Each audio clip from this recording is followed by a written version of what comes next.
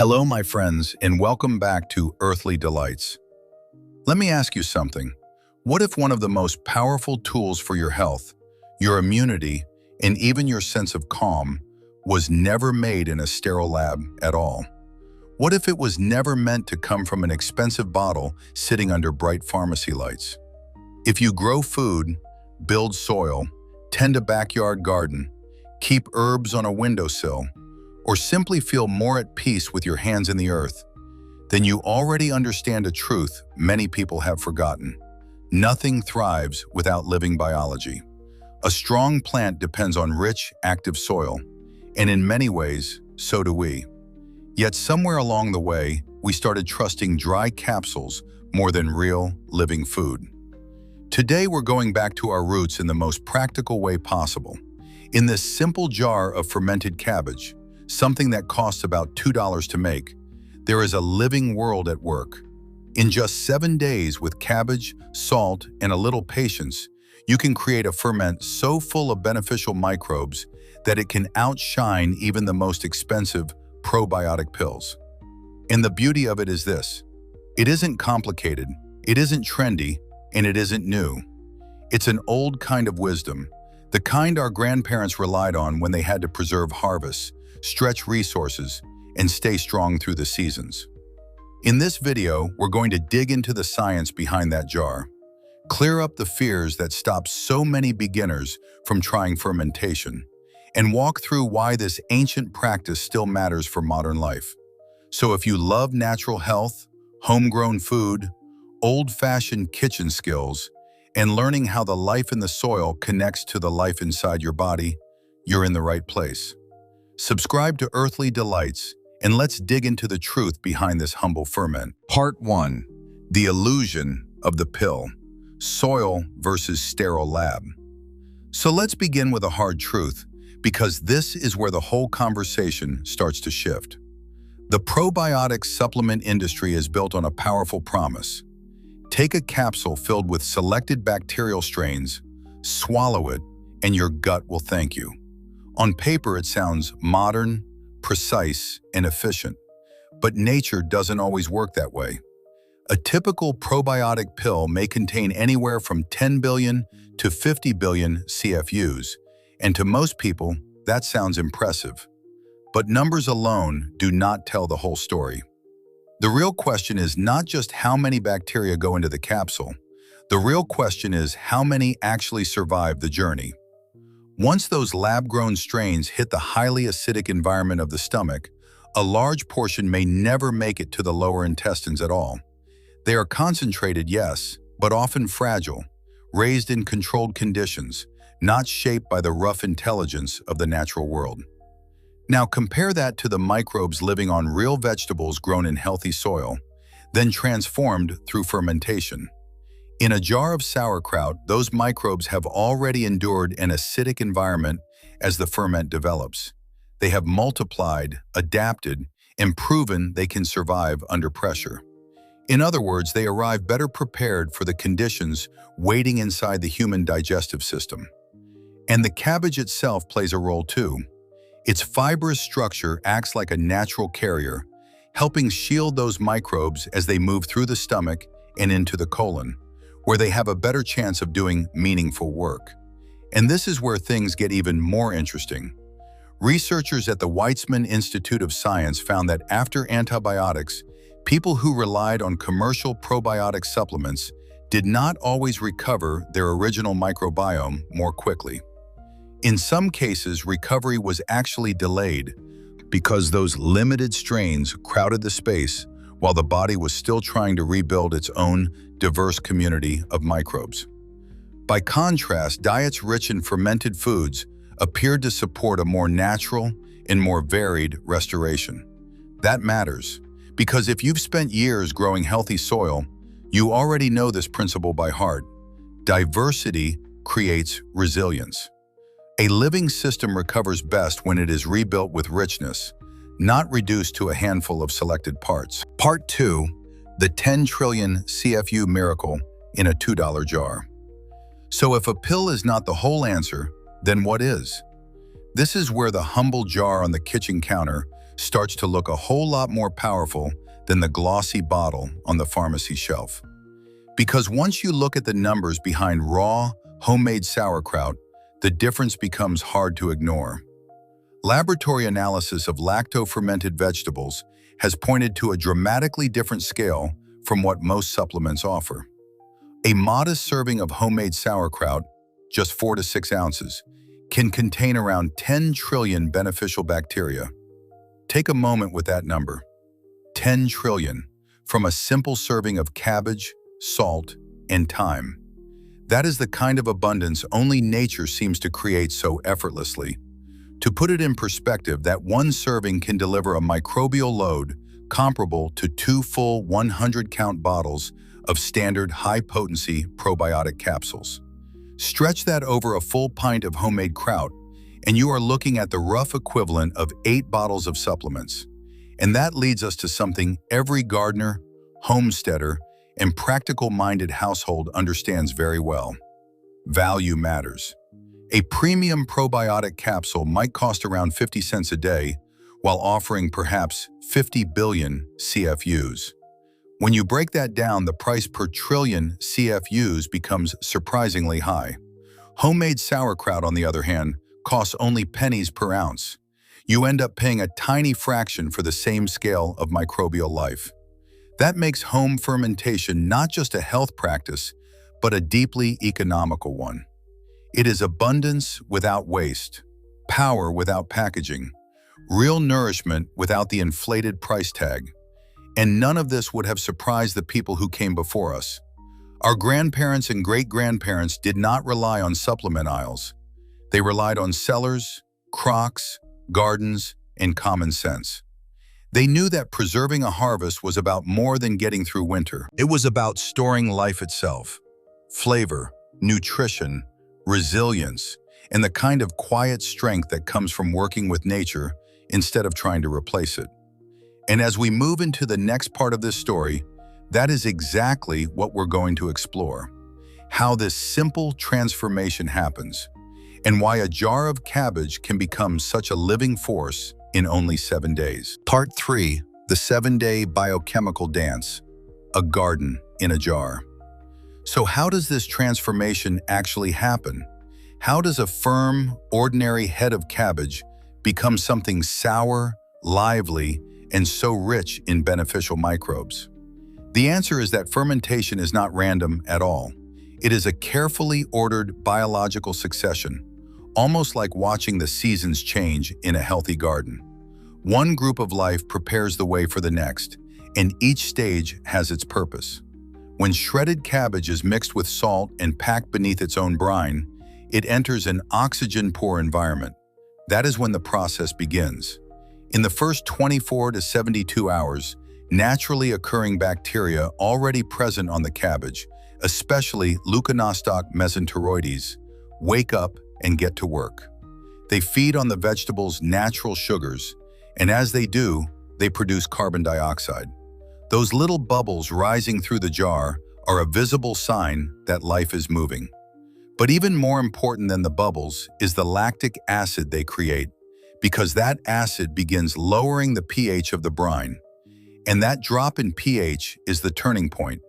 As the ferment becomes more acidic, harmful spoilage organisms lose their chance to take hold. This is one of the most elegant defenses in all of traditional food preservation. The good microbes change the environment so thoroughly that the bad ones struggle to survive. By around day 7, the jar has crossed an important threshold. The ferment has become acidic enough to be resistant to outside invaders, stable enough to trust, and active enough to offer real nutritional value. From there, the early bacteria give way to more acid-tolerant species, including Lactobacillus plantarum and Lactobacillus brevis. These are the deeper workers in the process. They continue shaping the flavor, building complexity, and enriching the ferment with the byproducts that make it so valuable. A richer, fuller flavor may keep developing over 3 or even 4 weeks. But the remarkable thing is this: by just 7 days, that $2 jar is already alive, active, and ready to nourish you. And once you understand that invisible dance happening in the brine, the next question becomes even more important. What exactly are all those microbes doing once they reach your body? Part 4. The gut-brain connection. How cabbage rewires your mind. This brings us to one of the most fascinating parts of the whole story. Why should we care about having trillions of microbes moving through the digestive tract in the first place? What do these invisible helpers actually do for us beyond digestion? As it turns out, quite a lot. They do not simply help break down food. They influence inflammation, metabolism, immunity, and even the way we feel from day to day. A major 10-week randomized trial from Stanford Medicine compared a high-fiber diet with a diet rich in fermented foods, and the results were striking. The group eating fermented foods each day not only increased the diversity of their gut microbiome, but also showed measurable reductions in 19 different markers of systemic inflammation. One of those was interleukin-6, a key inflammatory protein often associated with chronic disease. That alone is worth paying attention to, because inflammation is often the quiet background problem beneath so many modern health struggles. But the story goes even deeper, because the gut is often called the body's second brain. The microbes in fermented cabbage do more than occupy space. They help manufacture important B vitamins and influence the production and balance of neurotransmitters. Species such as lactobacillus and bifidobacterium, common in natural ferments, are associated with compounds like dopamine, serotonin, and GABA. And those are not minor players. GABA helps calm the nervous system, ease anxious tension, and support deeper rest. Serotonin plays a major role in mood and emotional balance, and a large share of it is closely tied to gut function. When people eat fermented foods regularly, the effect is not only physical. Research has linked probiotic intake with lower feelings of stress, anxiety, and mental fatigue in healthy adults. That is why this conversation matters so much. When you care for the microbial life in your gut, you are not just helping digestion, you are supporting the chemistry of your mind. You are tending an inner ecosystem the same way you would tend a bed of living soil. Carefully, consistently, and with respect for the life you cannot see. And that is where fermented cabbage becomes far more than a side dish. It becomes part of a larger pattern of healing, one that reaches from the gut to the brain and touches nearly every part of how we live. Part 5. From soil to soul. The prebiotic and postbiotic synergy. And this is exactly why whole fermented foods offer something a capsule simply cannot match. A pill may give you a few selected strains, but it still isolates one piece from a much larger living system. A fermented vegetable, on the other hand, gives you the full relationship.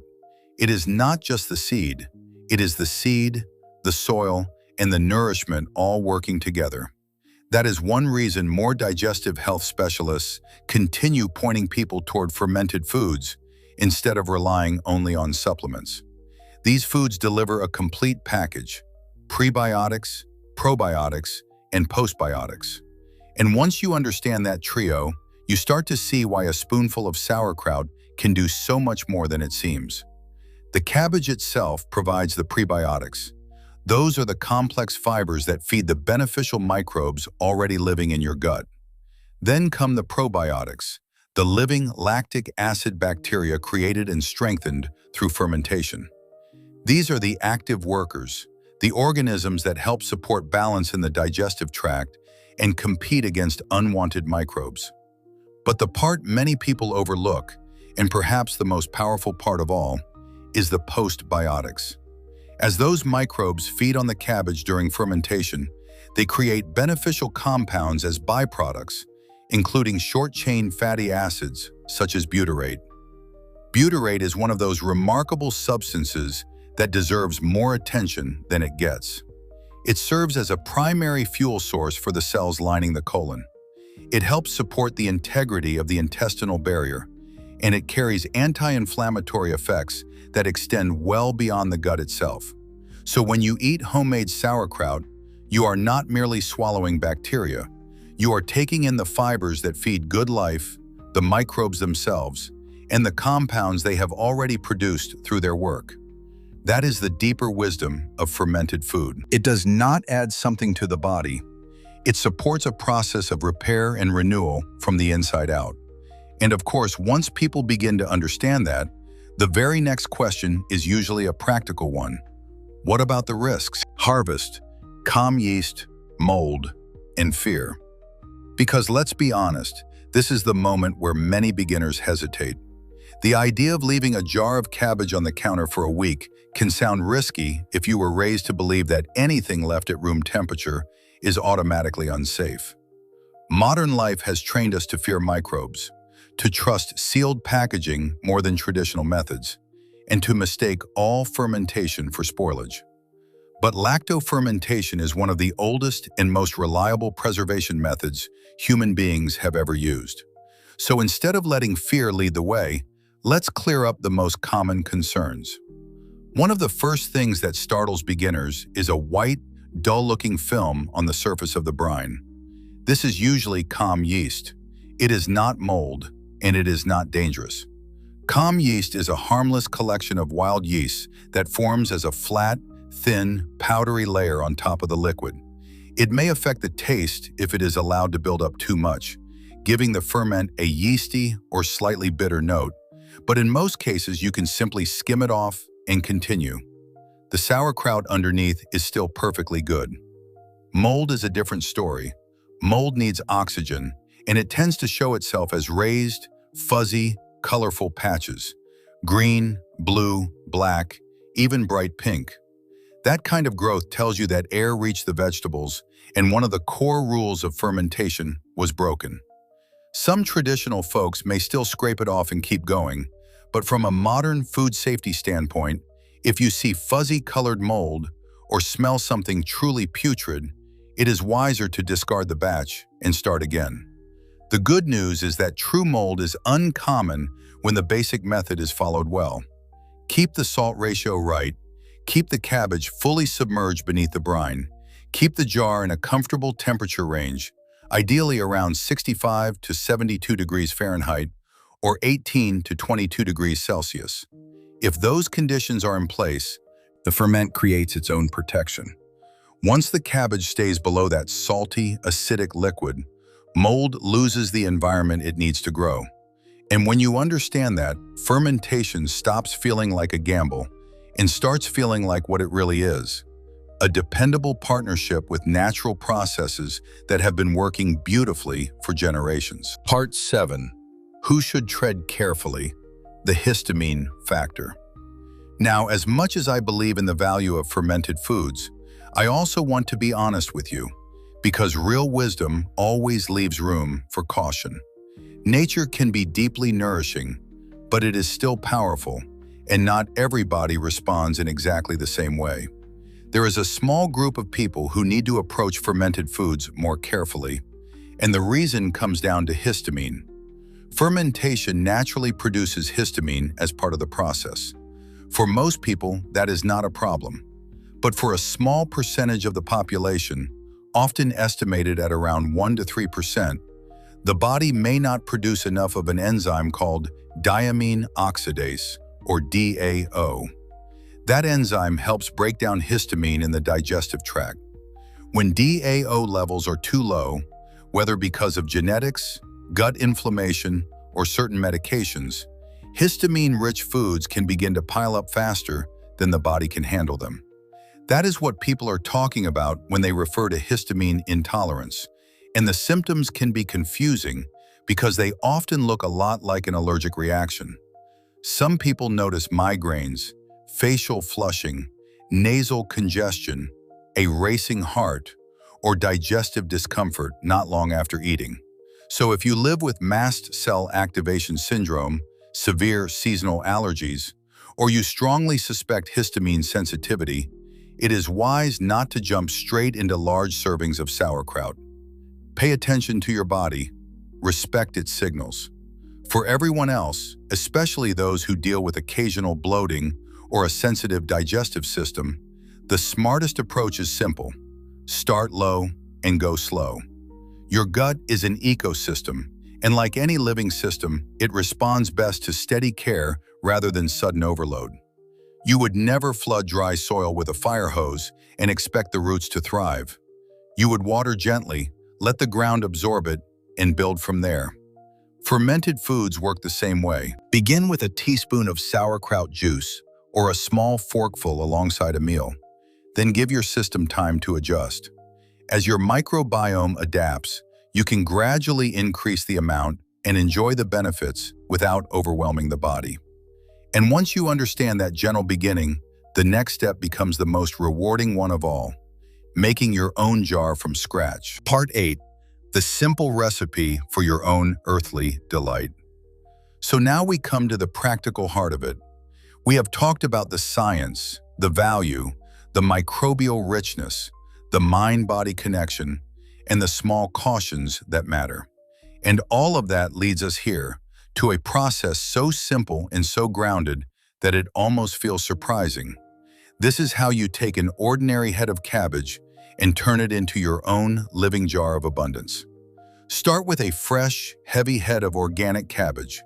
Peel away a few of the clean outer leaves and set them aside, because you will use them later to help keep everything below the brine. Then shred the cabbage as thinly as you can. A sharp knife works beautifully, and so does a mandolin if that is what you have. Thin slices matter because they open more cell walls and help release more moisture. Once the cabbage is shredded, weigh it. Safe fermentation depends on balance, and the classic rule is a 2% salt ratio. For about 5 pounds of cabbage, that works out to roughly 3 tablespoons of good, mineral-rich salt, such as sea salt or pink Himalayan salt. Avoid iodized table salt if you can, since its additives may interfere with the ferment. Now place the cabbage in a large bowl, sprinkle in the salt, and begin massaging it with your hands. Squeeze it, knead it, work it for 5 to 10 minutes until it softens and releases enough liquid to form its own brine. Then pack that wilted cabbage tightly into a clean, wide-mouthed mason jar, pressing it down firmly as you go. You want the liquid to rise and fully cover the cabbage. Leave an inch or two of headspace at the top because the ferment will expand as gases build. Take those reserved outer leaves, fold them over the shredded cabbage, and use them as a simple barrier to keep the small bits from floating up. Then add a fermentation weight, or even a smaller clean jar filled with water to hold everything below the brine. Close the lid loosely so carbon dioxide can escape, or use an airlock if you have one. Set the jar in a shallow bowl, keep it out of direct sunlight, and let it rest at a comfortable room temperature, ideally between 65 and 72 degrees Fahrenheit. Then comes the most important ingredient of all, patience. In 2 or 3 days, you should begin to see bubbles rising through the jar. By day 7, the sauerkraut will be tangy, alive, and active with beneficial microbes. Taste it, trust your palate, and let it continue if you want a deeper sourness. Whether it is perfect for you at day 7 or day 28, once it reaches that point, remove the weight, seal the jar, and move it into the refrigerator. The cold will slow the fermentation down, and your homemade kraut can stay fresh and vibrant for months, even up to a year. And when you lift that first forkful from a jar you made with your own hands, the final message of this whole journey becomes beautifully clear. Conclusion: returning to the dirt. We live in a time that has taught us to sanitize everything, to separate ourselves from natural processes, and to believe that health must come neatly packaged in plastic to be trustworthy. But somewhere along the way, many of us lost touch with a simpler truth. Life supports life. Just as the richest gardens depend on living soil, our bodies also thrive when we nourish them with food that is active, whole, and deeply connected to the rhythms of nature. The good news is that this wisdom has not disappeared. It is still here, waiting for us in a humble head of cabbage, a little salt, and the willingness to slow down long enough to let nature do what it has always done. When you ferment your own food, you are doing more than preserving a harvest. You are partnering with beneficial microbes, building resilience from within, and creating something that supports your gut, your immune system, and even the clarity of your mind. So maybe the answer was never hiding in the supplement aisle after all. Maybe it has been sitting quietly in the oldest traditions we have, ready to be rediscovered in our own kitchens. That is the beauty of this practice. It is simple, affordable, deeply practical, and rooted in the same natural intelligence that gardeners and growers have trusted for generations. Thank you for spending this time with me here on Earthly Delights. If this inspired you to begin your own fermentation journey, subscribe to the channel, give this video a thumbs up, and share in the comments what you want to ferment first. Until next time, keep your hands in the dirt, trust the slow magic of nature, and may your harvest always be abundant. Stay wild, stay healthy.